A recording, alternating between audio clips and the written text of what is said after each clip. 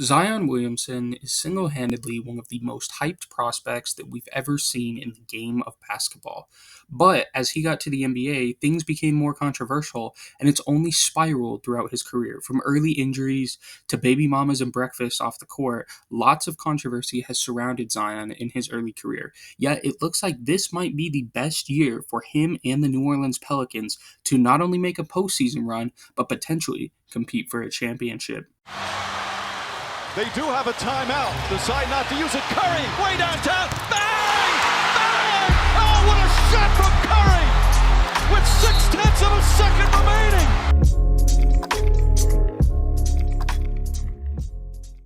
Yo, what is up, everybody? Welcome back to another episode of Game Time. It's your boy Dom. We're going to jump right into things here today. Now, if you guys do enjoy today's video, make sure you guys drop a like and subscribe for more. It helps out the channel tremendously, and I appreciate it very much. But without further ado, let's talk some New Orleans Pelicans basketball.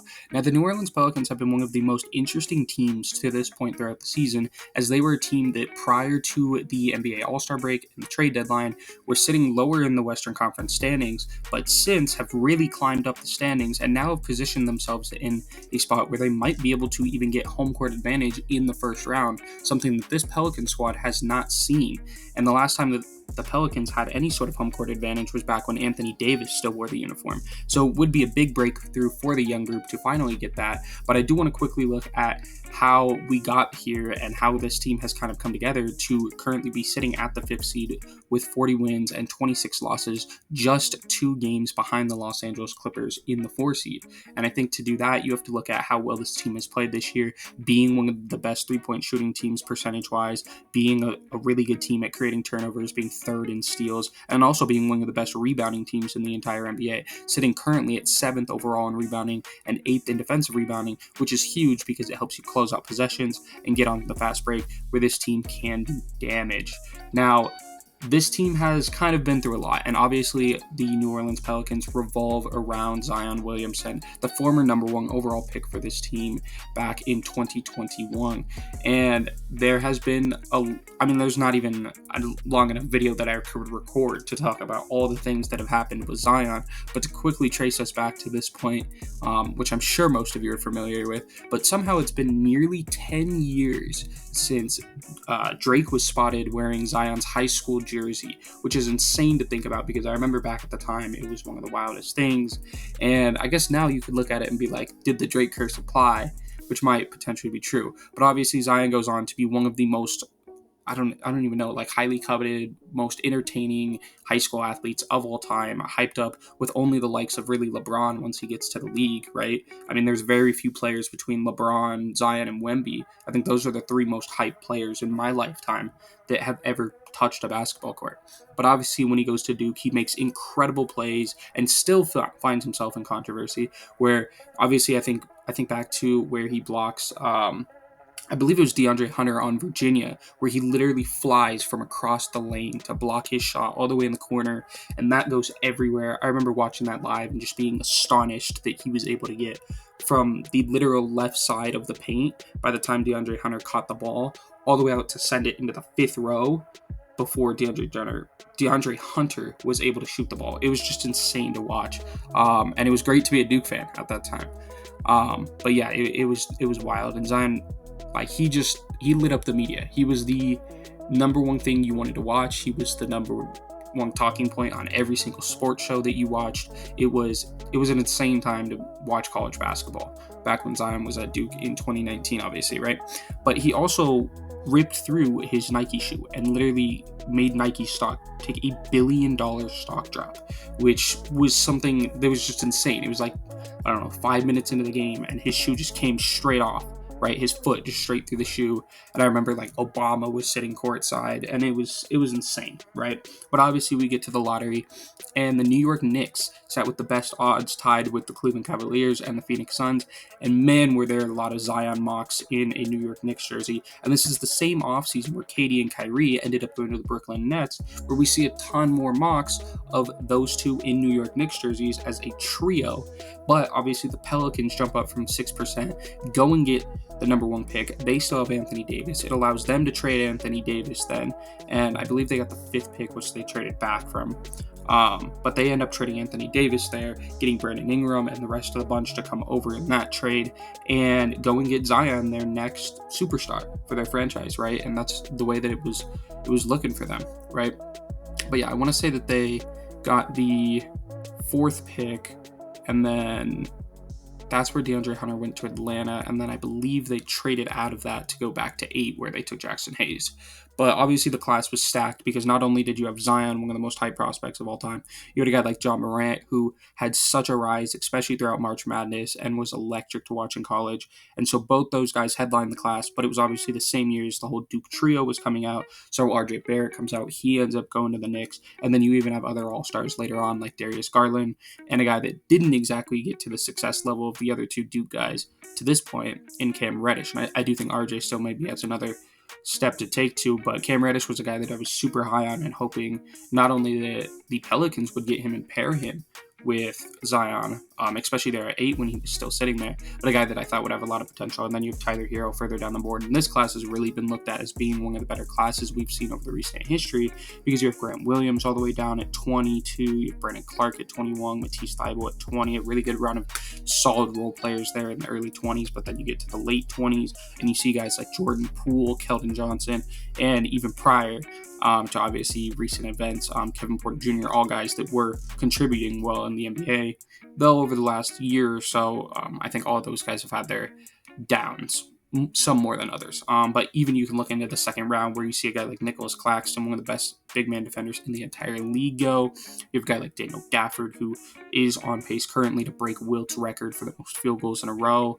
So it's something like without missing. It's something that's just insane how good this class actually ended up being when it was so headlined by Zion, and that was the only thing you could talk about coming up to the class was, is Zion going to do what he did in college in the NBA? And we didn't get to see that right away, right? He comes into the NBA. He obviously has some surgery on his right knee, and he is expected to miss 6 to 8 weeks.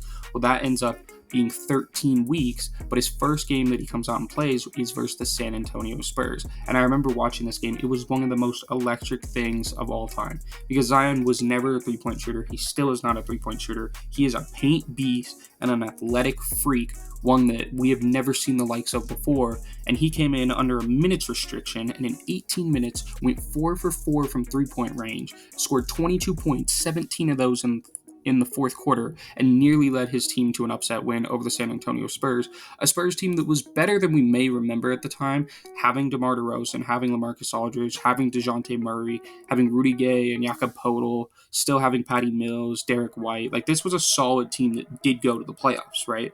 And he came in his first NBA game and looked like by far the best player on the court in a minutes restriction, which is just insane to say. So it was awesome, and it gave a lot of hope for the future, which obviously he has his rookie year. He doesn't go on to win Rookie of the Year, a lot due to missing some time. But then he comes out in his second season, and in 2021, he became the 4th youngest NBA player of all time to be selected to an All-Star team, which is just insane because he goes from averaging 22 his rookie year, and then in his second season, where he only plays 61 games, which he now would not be eligible for All-NBA, I just wanted to point that out just for frame of reference for that, because I do think that's a conversation I haven't talked about a lot on here. I am completely with the 65 game requirement, but when we look at Zion's career, he has yet to play a 65 game season. So it is something to consider that a guy this talented wouldn't have ever made an All-NBA team, and All-Star team isn't really affected by that because you don't play enough games to where you have to have a 65 game requirement to make an All-Star team or whatever. But he ends up in his second season averaging 27 points per game, making the All-Star team, being a top finisher for most improved, finishing 9th, and shooting a absolutely ridiculous 61% from the field with a 61% effective field goal percentage. And it was insane. Like, he got in the paint and nobody could stop him. But the lingering thing throughout his career was injuries. And obviously, he only plays 61 games that year. You hope to see him play more the next year. He doesn't play the entire next season. That was probably one of the most controversial seasons that we'd seen. He ends up not playing the whole season with a foot thing. It was something that we thought was going to keep him out for a week or so, then a couple months. Then it spiraled into a season-long injury that led into the next season, where he only plays 29 games the following season. He does make the All-Star team in 2022, 2023 as well, but pretty much just makes it, and that's done for him. And then this season, we were just wondering what of Zion we were going to see, because we hadn't really seen a healthy Zion since 2020, 2021, and we are closing in on halfway through the 2020s. But he comes out this season, and he's good. He's very good. He's averaging 22 points, which is the low 22.3, which is the lowest of his career to this point. But his field goal percentage is still super good at 57%, also a career low, yet being 57% is insane, especially considering he's only shooting from the inside at 6'6", right? And then he just has completely gone away from shooting threes, shooting a career low of 0.3 threes per game, still shooting them at a 35% clip. So he shoots them relatively okay when he does, but he has stayed completely away from what he's not good at and completely stuck to his lane. And his lane has opened up, I think, another element that a lot of people didn't look at to this point, which is assists. He's averaging a career high in assists. 5.1 assists is half an assist higher than any other season that he's ever averaged, and every single year of his career we've seen his assists go up from 2 assists to 3 assists to 4 to 5 now. So it has been a consistent improvement on his playmaking ability, and it's something that JJ Redick actually highlighted on when he was with the New Orleans Pelicans, and he was like, that was when we were at our best, was when Zion had the ball in his hands, he brought it up, and we did stuff out of that. And I remember back when they first started using Point Zion, and a lot of people on YouTube were kind of talking about how this really opens up a ton, because you can have a guard screen for him and pop out. You can have a shooting big like Jonas Valanciunas screen for him and pop out. And if he gets hurling to the basket, you don't want to be in front of Zion Williamson hurling to the basket, especially when he was more in shape than he has been this year, right? Which is something that Charles Barkley and Shaq actually brought up, where literally they compared their struggles of staying in shape to Zion's, which I do think is actually a pretty fair thing, because we know that Shaq was a guy that didn't really, focus on working out through the off seasons, really played himself into shape, something that Jokic did early in his career as well. And then Charles Barkley, he's one of the biggest guys to ever be a small power forward. Like, he was relatively same size to Zion, but he didn't have the muscle mass that Zion does. And so both of them kind of came out and said that. And it was interesting to see how Zion's responded and how he, throughout his career, has changed his ability to respond to controversy due to just how much of a spotlight he's had on him since he literally could learn how to drive a car. And he came out and he said, look, if it comes from a place where they just want me to do better, then thank you. But if it comes from a place anywhere else, everybody's entitled to their own opinion, and I can't control that. So it is something that it's nice to see that I don't think the media pressure and all the controversy has affected him as much. I do think earlier in his career, I know back at Duke, I was huge in the fact of like, hey, it's the end of the game, give the ball to Zion. I don't care that he can't shoot. He's going to get us a bucket, over RJ Barrett, where I think a lot of times I was very critical of Coach K in how he would give the ball to RJ Barrett, and we actually lost a lot of games where RJ came down in the clutch and couldn't score. And I was hoping Zion would get it. And I think that Zion did respond to that in a way, like you could kind of see his on-court, like, damn, I wish I had the ball, which I think is something you want to see from your star, but it wasn't like fully bought in, except to the media he would present like he was fully bought in with RJ taking the last shot. So I do think there was a little bit more behind the scenes where he didn't adjust to the spotlight right away as much. But I mean, as he's gone out through his career, he's dealt with so much other stuff. Even like I couldn't believe that, and I was just looking up for examples because obviously you guys saw the thumbnail and I wanted to kind of emphasize just how well this team is doing this year, especially compared to expectations. But literally just a couple weeks ago, Stephen A. Smith went on ESPN's Get Up and said, look, Zion Williamson, it's not about his game. It's about how many burgers he's eating, whether he's going to be in shape or keep eating McDonald's. That's what he has to prove, that the chefs don't love him any longer, which is just insane to say, because obviously I think we can all agree he's definitely not prioritized his health in a way like a guy like LeBron has, or even like an average NBA player, because I do think we've seen him kind of balloon a little bit in the last few years, and I think that's just apparent by watching him, right? But to come out and say like he needs to make sure the McDonald's chefs don't love him and stuff like that is insane, because this is still a guy that's putting up all-star numbers on a clear playoff team and is playing some of the best basketball of his career, especially from a playmaking and a winning perspective. So I think that's just insane to come out, especially this season. And it's clearly just another report that's kind of like, let's just go get clicks because it's Zion's name. It'll get responses to it or whatever. And obviously, I guess me even talking about it is feeding into that. But then there are other things where it is kind of Zion's own doing that brings the controversy to him. Obviously, I mentioned in the intro, baby mamas and breakfast. I thought that was a pretty funny line. But Zion, he's had some interesting allegations off the court from some baby mamas. Obviously, he ends up getting a girl pregnant, shows that she's his baby mama. And then like 2 days later, 2 other women come out and say that he was with them. And it's a wild thing. And I'm not even going to get into it further. But sometimes Zion just does it to himself. And I think a lot of times when it comes to women, he does. But as for how that's all kind of led up to now, well, the Pelicans going into the All-Star break, I believe, were the 7 seed, or 7 or 8 seed, which would have put them firmly in the play-in, similarly to where the Mavericks are now, as they have struggled coming out of the All-Star break. I think the two teams have kind of had a polar opposite effect coming out of the All-Star break, which is not something I would have expected based on how the Mavericks were playing going into the break, especially following the trade deadline. But the Pelicans, they come out of the trade deadline, they don't really make any moves, and that's perfectly fine. Now, they do have some expiring contracts and stuff we'll have to figure out, and I'll talk about here in a minute going into the future.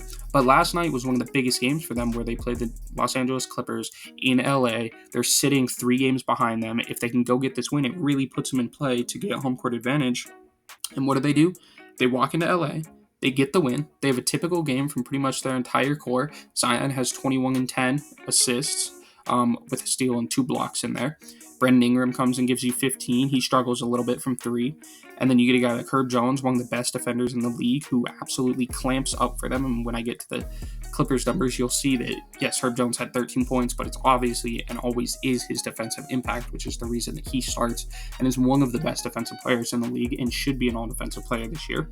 Then Jonas Valanciunas, he gives you about 11 minutes, 8 points, efficient while he's on the court. CJ McCollum comes in, he's 25-point scorer, helps lead you in points, and it's just a consistent veteran for you. Off the bench, you have a guy like Larry Nance who can play small ball center. He's really transitioned more into a center role, especially in New Orleans. He's like 6'8", but he still has the athleticism that he works well at center. He comes in, he's a good defender, gets you 4 steals off the bench, and then you have a guy like Jose Alvarado, who's known for getting steals. Well, he comes in and he's able to score a little bit off the bench for you, giving you 7 points. And the biggest bench role being Trey Murphy, who comes in 13 points, 3 for 8 from shooting from downtown. And he is one of the best marksmen from the 3-point line in the entire league, especially at the forward position, something we'll get into here again more in a minute, along with Dyson Daniels, who gives you 10 points. Whereas, if you look at the Clippers, well, they're completely healthy. They have Paul George, Kawhi, James Harden. You've got Westbrook coming off the bench. You've got your starting center in Zubac. Trey Mann is out there. You even get a decent game from Norman Powell, where he drops 18, not on the most efficient shooting, but he gets 18 for you and actually almost leads you in points per game last game. But Harden has 19 for you, has a pretty solid game. He, I think, has been the clear leader of this team since getting there, which is something that's kind of not what was expected, right? I think it was more of like, oh, he's going to fit in, but it wasn't like, oh, he's going to be a really good playmaker, he's going to buy in defensively, and he's going to lead this team. And you walk in where he has a really good shooting game, 5 for 6 from 3-point range, and beat them because Paul George shoots 0 for 8 from 3. Kawhi Leonard shoots 40% from the field and has 15 points. And off the bench, Russell Westbrook is pretty much a non-factor at 4 points and 4 assists. So you were able to walk into another high-caliber playoff team that was completely healthy's stadium and beat them. And I think that's huge for the Pelicans, especially as we continue throughout their season, because it really does give them that possibility to secure that home court advantage, which I think for a young team is huge. And though I think maybe being in Louisiana is part of the reason that we've seen Zion eat more and I think deal with some more injuries, I do think that being able to play in your home court, in your home state, if you go to Game 7, you're familiar with where you're playing. You don't have to be traveling. I do think that's huge, especially for young teams that haven't necessarily had playoff experience. Now, this team has had some playoff experience, and I think the number one thing you go to is that 6-game stretch that as a 7 seed, as an 8 seed, they pushed the 1-seeded Suns to, and I think that's where you pull a lot of this team could do stuff in the playoffs. A lot of the guys have showed up and showed out in the playoffs, and the number one guy there was Brandon Ingram, right? This was when Zion was injured, and Brandon Ingram has been the clear running mate for Zion since getting there, though I think he struggled to kind of maybe show more improvement since his first year in New Orleans. Now, his first year in New Orleans was 2019-2020. He goes on to make the All-Star team and win Most Improved Player. But ever since, he's pretty much stayed stagnant in his ability to score the ball and overall effectiveness on the court. I do think his efficiency has gone up at a nice rate, going from 46% back then all the way up to almost 50% from the field to this point. And I do think some of that has also been injuries, as since getting to New Orleans, the most games he's played was that first season with 62 games, whereas this year he's up to 60 games as well. I think this has been a very healthy New Orleans team. He's projected to play the second highest games of his career this year. I assume he won't play more than 79, which he played his rookie year, but if he plays 2 more games, then he's already at the second highest amount of games played in his career. But I do think he's been a very solid second option for Zion, and I think in the playoffs he's really been able to turn up his game, and as things have slowed down, his ability to still stretch the floor as a primary ball handler has been effective, though I think his three-point shooting has taken a weird turn where he shoots quite a bit less than he did early in his career getting to New Orleans. When he first got to New Orleans, his first 2 seasons, he shot over 6 attempts per game, whereas over the last 3 seasons, he shot just closer to 3.5 attempts per game, which is a very interesting drop-off, and something that I think has maybe weirdly not affected their spacing, but just, I guess, something to note when you have a guy like Trey Murphy off the bench, who's a younger player, 23 years old, and has shot the lights out of the ball. I mean, this is a guy that last year, especially with Zion being absent, started 65 games. He averaged almost 15 points per game on 40% from the field, being your primary shooter, especially in your starting lineup, shooting 6.3 attempts per game last season. He's even upped that this year to 7.7, though shooting a little bit lower of a percentage at 37%. And I don't think he took a jump that a lot of people were expecting him to, especially with Zion coming back and him going back into more of a reduced role off the bench. He's had some games missed as well, only playing 41 games to this point. But I do think there's an interesting thing of, and a few years ago, I kind of explored this thought. This was obviously before Zion really started having those perpetual injuries there for a couple years, which we hope is over, right? And we hope that he does prioritize his health because, again, he's one of the best players in the league and is a guy that could easily be one of the faces of the league, especially with the success he's had, at least from an all-star perspective to this point throughout his career, though he hasn't himself been able to play in the playoffs. He has helped push his team to the playoffs, a team that got a number 1 pick to draft him, right? So, obviously, I do think there's some interesting stuff that kind of comes with team and roster perspective going into the future. When Zion first gets there, you have Steven Adams. You end up trading him for Valanciunas. Valanciunas will be a free agent this offseason at 31 years old. That's something to consider if you bring him back, right? I do think this team needs a center because Zion's smaller, but you also have to have the right type of center to pair next to him. And I think initially Valanciunas was really good next to him, but as Valanciunas has aged a little bit more, I think that fit has maybe not fit as well, right? So that's something to consider, especially when you have a guy like Larry Nance locked up for next year, though I don't know if you'd want to start him at center. And then Brandon Ingram being your co-star, I think has fit super well, and I really like going into the future. I think the question actually should more be on CJ, who's on a 3-year deal, 2 years after this year, through 2025, 2026, as a potential guy that you would move on and try and replace, money-wise at least, as another star. Though I think to this point, CJ's still been good, right?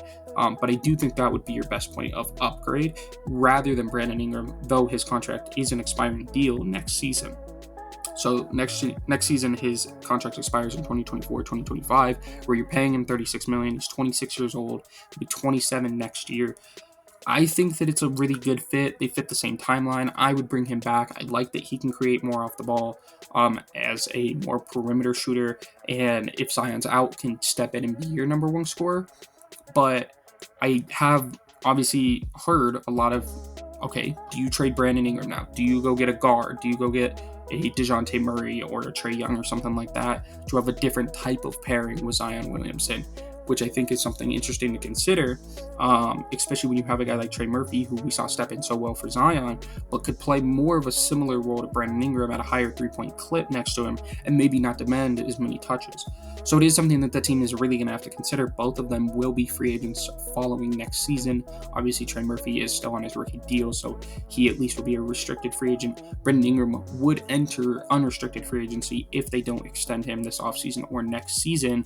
So that's a lot to gamble on your future as well, and something that only the New Orleans Pelicans know how they'll proceed with that. As for the rest of the roster, though, they have Herb Jones locked up long-term, which is huge for them.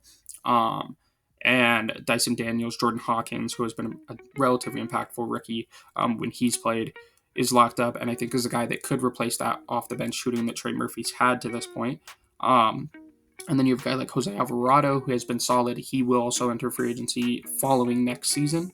So pretty much the core of this team will be back for next year. The only questionable guy is Valanciunas, which is like, okay, if you can make a playoff run this year, or if you can really get the experience with the whole of your team, including Zion this year, then maybe next year is where you make your run, right? So considering you have these guys locked up at least for another year, could you really buy in and try and get that done? I guess one last guy I did want to mention was Matt Ryan, who's been or was relatively successful for them early to start the season as a shooter, especially when Hawkins was struggling initially, right? And I think he came in and was helpful for him. He hasn't played as much over the last couple months as he did early in the season, more like November, October type of playing time, but I do think it shows how much shooting is valuable around Zion and why it would be kind of bad to lose Brandon Ingram, though not like a 7-8 three-pointer per game type of guy. He's a guy that's been able to consistently be your second best scorer. He does shoot well from three when he shoots it, though it's not at the highest clip. And yeah, I'm really intrigued to see what this team does in the playoffs, as obviously we haven't seen a Zion playoff run to this point. Currently, they'd be matched up with the Kings, which I think would be a fascinating matchup to watch, because you'd have the bully ball speed of Sabonis and De'Aaron Fox versus the kind of trio of different play styles from Zion, Brandon Ingram, and CJ McCollum on the other side. And I think that series would be super, super fun to watch play out. I think it'd be a very offensive-oriented series, as obviously the Kings are one of the fastest offenses. They were one of the fastest offenses last year and have kind of kept that up, though at a little bit of a lower pace this year. And then, the Pelicans sit at 9th in offensive rating, but whilst being 6th in defensive rating. So I do think that would be an interesting series.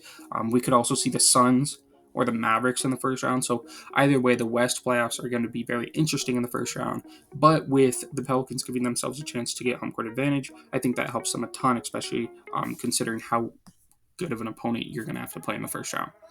Regardless, I hope you guys enjoyed. Make sure you guys drop a like and subscribe for more.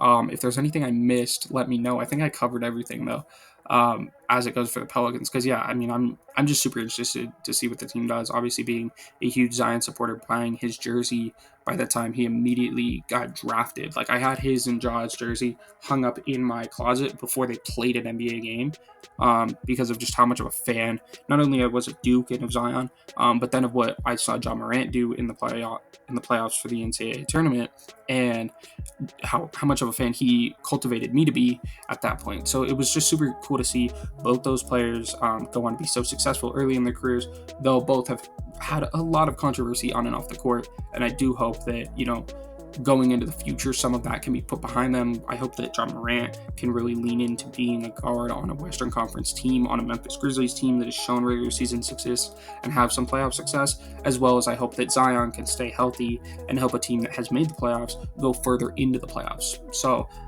both electric players, and yeah, I'm just excited to see what the Pelicans do come playoff time, because it'll be, again, our first time seeing Zion in the playoffs, which I think will be a moment and an event, just with I think how hype of a player he is to watch. So I hope you guys enjoyed. Make sure you guys drop a like and subscribe for more. Like I said, it helps out the channel a ton. That's going to be all from me here, Dom, at Game Time, and I will catch you all next time. Peace out, guys. How would you rate your defense tonight? You tell me, man. I'm going to know something about you. How would you rate my defense tonight? Be honest. There's no wrong answers. Be honest. Be honest? I can accept that.